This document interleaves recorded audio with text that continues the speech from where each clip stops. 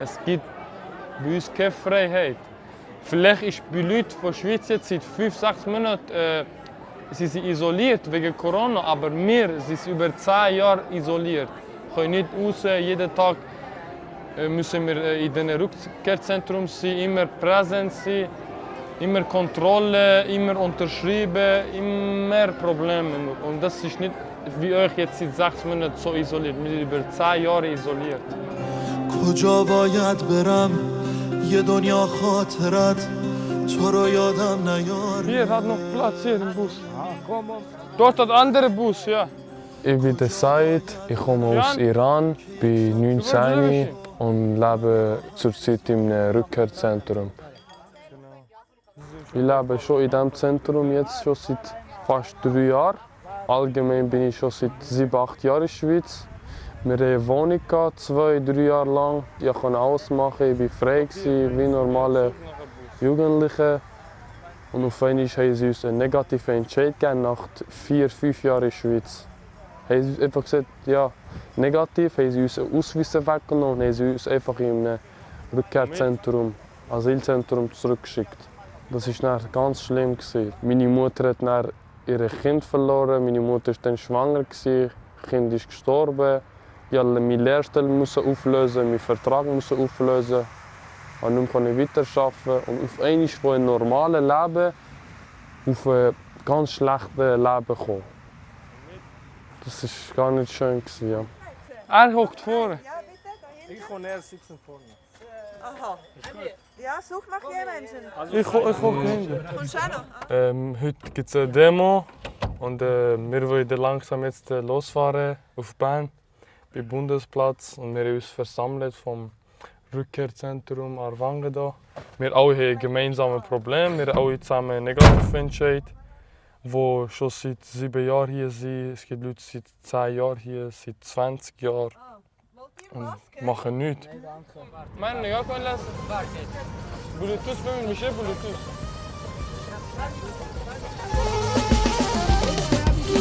10 Jahre, ich bin hier, immer noch keine Papier. Leute, was soll ich machen? Das Problem ist nicht bei mir. 10 Jahre in der Schweiz, immer noch kein Aufenthalt. Leute, was Was soll ich Das machen, Problem wenn ist ich nicht mich bei bei mir. mir... Hey, hey, hey, hey, hey, hey, hey, hey, hey, hey, hey, hey. Es war vorhin Polizei draußen. Eine Person wollte vom Bahnhof zu uns kommen. Und dann hat Polizei ihn kontrolliert und einfach, dass ich euch das gesagt habe. Polizei ist da. Wir sollten alle zusammen bewegen. Wir gehen dann alle zusammen, soll nicht jemand alleine oder mit 2-3 Leuten einfach weg. Nicht, dass er Probleme bekommt.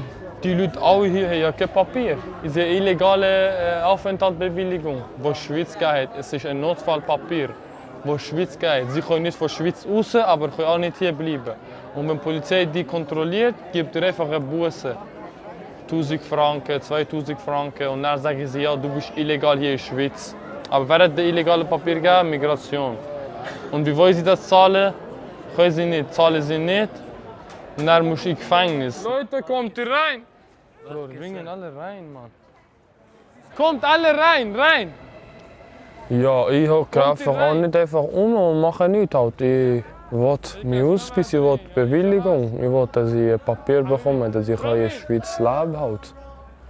Aber raus können sie mich nicht schicken und hier lassen sie mich auch nicht erleben. Ich bin in der Luft und ich kämpfe halt. Ein Parlament wollen wir nicht gehen. Freiheit! Freiheit! Freiheit! Freiheit! Und dann mit voller Kraft, voller Energie gehen wir los. Und uns kann niemand stoppen, denn wir leben seit 5, 10, 20 Jahren in Gefängnissen, in Isolation. Das geht nicht mehr. Yes, my friend, you have right! You have right! Kein Mensch ist illegal! Stop Isolation! Stop Isolation! Stop Isolation! Stop Isolation! Sie kommen hier nicht durch. Meint ihr? Ja, wir setzen Mittel ein, was passiert. Es sind Kinder und Frauen. Ja, Das zeigt euch Stolz. Das zeigt euch Stolz. Das zeigt euch Stolz und Ehre. Wenn die Kinder und Frauen würden verletzen. Wir können gerne durch die Nägeligasse, habe ich es jetzt gesagt. Wir können durch die Wir wollen zum Nägeligasse. Parlament. Wir können nicht dorthin. Das kann ich jetzt hier schon sagen. Ich habe keine Geduld mehr. Ich lebe schon über 5 Jahre hier, wie im Gefängnis. Und niemand kann mir sagen, dass ich nicht darf, dass ich demonstrieren darf. Um meine Rechte, um Menschenrechte. Das dürfen wir. Wollt ihr noch so leben? Ja! Wollt ihr noch so leben oder anders?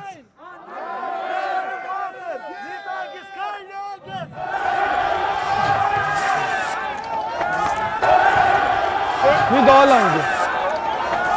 Niet aanlangen. Niet aanlangen. Nicht anlangen. Wisst ihr, die tun sauber auf uns zurücksetzen, dass wir so Schissdreck machen. Wir wollen das nicht. Aber sie machen das sauber. Hey, wieso dürfen wir jetzt hier nicht durch? Was machen wir? Wir sind eigentlich friedlich. Wir sind eigentlich friedlich, aber wenn sie auf uns schlagen und das Pfefferspray, dann müssen wir uns wehren. Ich schlage nicht, wenn die brav bleiben. Aber wisst ihr, das sind einfach die Hauptverkehrssachen zu denken, wie gesagt, an die vielleicht ins Spital müssen oder dringend noch jemand her. Da muss man fahren können. Das stimmt, und ja. blockieren ist auch nicht so eine gute Idee. Da Das haben dann stimmt. die Leute gegen euch anstatt für euch. Versteht das? Gell? Probiert es. Oh, fucking this shit, this policy, man. Oh my goodness, echt disturbing. Oh my holy crap. Ah,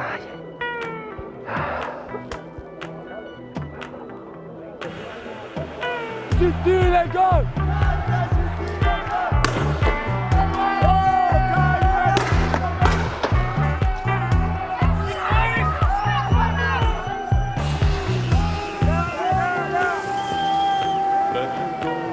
Alles schön liegen können.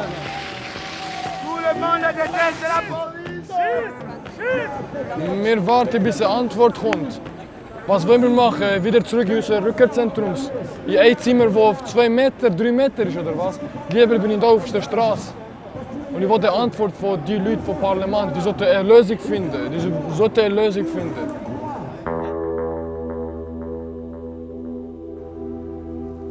Also ich denke, von dem, was es gebracht hat, halt etwas Grosses hat sich noch nicht verändert.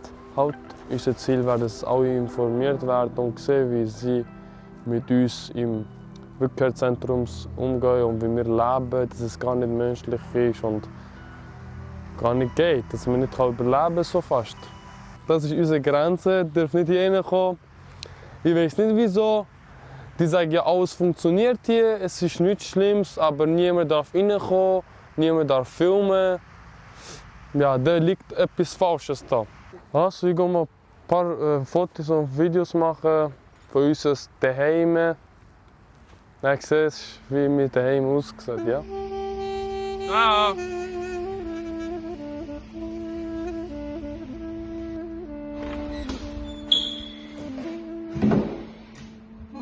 Willkommen daheim. Das ist meine Familie.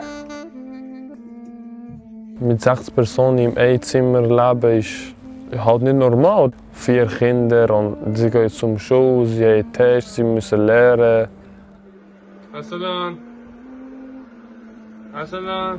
Der eine ist 5, er rennt die ganze Zeit, dann können die anderen nicht lernen. Du hast fast keinen Platz zum Essen. Es sind noch etwa 4 Betten dort im Zimmer, dann ist schon das Zimmer schon voll. Im Gefängnis hast du ein Zimmer für die oder für 2 Personen, aber hier hast du ein Zimmer für 6 Personen. Das ist nicht daheim. Kommt bei euch daheim auch so Leute um 12 Uhr klopfen und jedes Mal kontrollieren. Mit Licht. Wenn du rauskommst von einem Zimmer mit Licht auf dein Gesicht, so, wo gehst du her, was machst du? Ist das daheim? Ja, ich stehe auf, ich muss unterschreiben.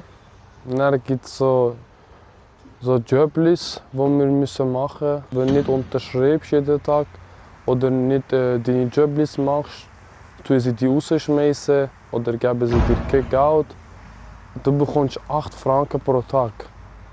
Wie will man mit 8 Franken pro Tag überleben? Ist das möglich? Wir kaufen mit dem 8 Franken pro Tag nur Essen. Wir können keine Kleider kaufen. Ein Zugticket kann man nicht kaufen, weil es zu teuer ist. Ein Jugendlicher muss sein Hobby machen, muss frei sein. Wir sind in der Schweiz. Ich fühle mich wie im Gefängnis manchmal. Ich kann nichts machen. Ist gut, sicher? Ja, ja, so lala. Ja. Gut, 4,5. Das ist der Herr Wenger. Er war der Lehrer von meinem Bruder. Er hat ein sehr gutes Herz. Er ist für uns immer da. Und so Leute wie ihm gibt es halt nicht so viel hier. Also seit dem 1. Juli ist ja jetzt hier eine andere Organisation verantwortlich für das Heim, für das Zentrum. Und mir ist zu Ohren gekommen, dass es eine Verschlechterung gegeben in der allgemeinen Situation. Es werden Kochherden nicht mehr gepflegt, es werden Waschmaschinen nicht mehr gepflegt, es wird überall gespart. Die einzige Taktik, die ich hier dahinter sehe, ist einfach, man will diesen Leuten das Leben verleiden, man will erreichen, dass sie einfach weggehen von hier, dass sie selbstständig und freiwillig wieder in ihr Herkunftsland gehen. Die Familie hat ganz persönliche Gründe, dass sie ganz sicher nicht zurück in Iran will. Sie sagt, komm, wohnen wir hier. Ja. Ich würde einfach gerne hier in die Schule gehen, dass ich Geld verdienen kann, dass ich meiner Familie helfen kann. Ich will nicht Nothilfegeld, ich will das gar nicht. Ich will selber mein eigenes Geld verdienen. Und ich kann das eigentlich auch. Aber sie verbieten es mir halt. Sie sagen, ich darf nicht arbeiten. Nein, nein. Ich meine, der Saad ist jetzt 19-jährig und möchte eigentlich gerne etwas lernen. Er hat bereits 2 Lehrstellen gehabt und das darf er nicht ausführen. Mir macht das eigentlich so. Ja, Bro. Ich bin jetzt bei dir gerade, 1 Minute. Nein, bei dir hier M3. Eine Frage. Loco, Bruder. Also, wir sind gerade bei meinem Kollegen Alexander. Und wenn ich mit ihnen bin, bin ich ein bisschen befreit und ein bisschen glücklich. Sonst bin ich ja immer in diesem Scheißzentrum und dort ist ja eine Katastrophe. Wir treffen uns ein paar Mal in der Woche, vielleicht gehen wir ein bisschen in die Stadt, etwas bei ihm essen oder so. Ja. Das war Neujahr. Ich, Walle, Alex. Meine Freundin ist da. So Sachen vermisse ich hure. Meine Cousine war da noch dabei. Ja. Wer ist noch? Ciara. Ja, also ich sage es am meisten niemandem, dass ich in einem Zentrum wohne. Das ist ein bisschen peinlich zu sagen. Und dass ich weiss, dass die Person mich anders sieht. Jetzt eine Frau würde sagen, ja, es sieht gut aus und so, aber so hat sie weitere Sachen gehört. Zum Beispiel tut sie vielleicht ihre Meinung ändern und so. Also. Es gibt Frauen, die zum Beispiel beim einen sehen, hey, der ist Banker, der hat sicher Geld. Shit. Es gibt auch solche, die nachher auch sagen, hey, schau, der wohnt in einem Heim und das ist jetzt schlimm. Ich kann die Zukunft mit ihm nicht verbringen. Ich habe keine Freundin und ja, gehe mal daheim. Ich habe ein Zimmer mit 6 Personen, ich kann sie nichts anbieten. Und darum finde ich es halt, ich sollte zurzeit keine Freundin oder so haben. Vielleicht später irgendwann, wenn ich mal ein normales Leben habe.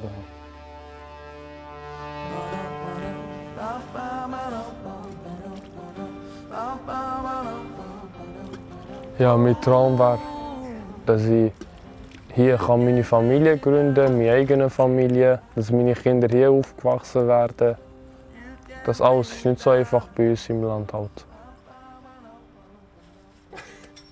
Ich kann nicht mehr zurückgehen. Es ist wie in einem fremden Land. Halt, weißt? Ich kann nichts dort machen, wenn ich jetzt zurückgehe. Jetzt bin ich halt hier, ich habe mich integriert, ich habe hier Freunde, ich habe hier Kollegen, ich habe alles hier, mein Leben ist hier halt. You can't bring me down.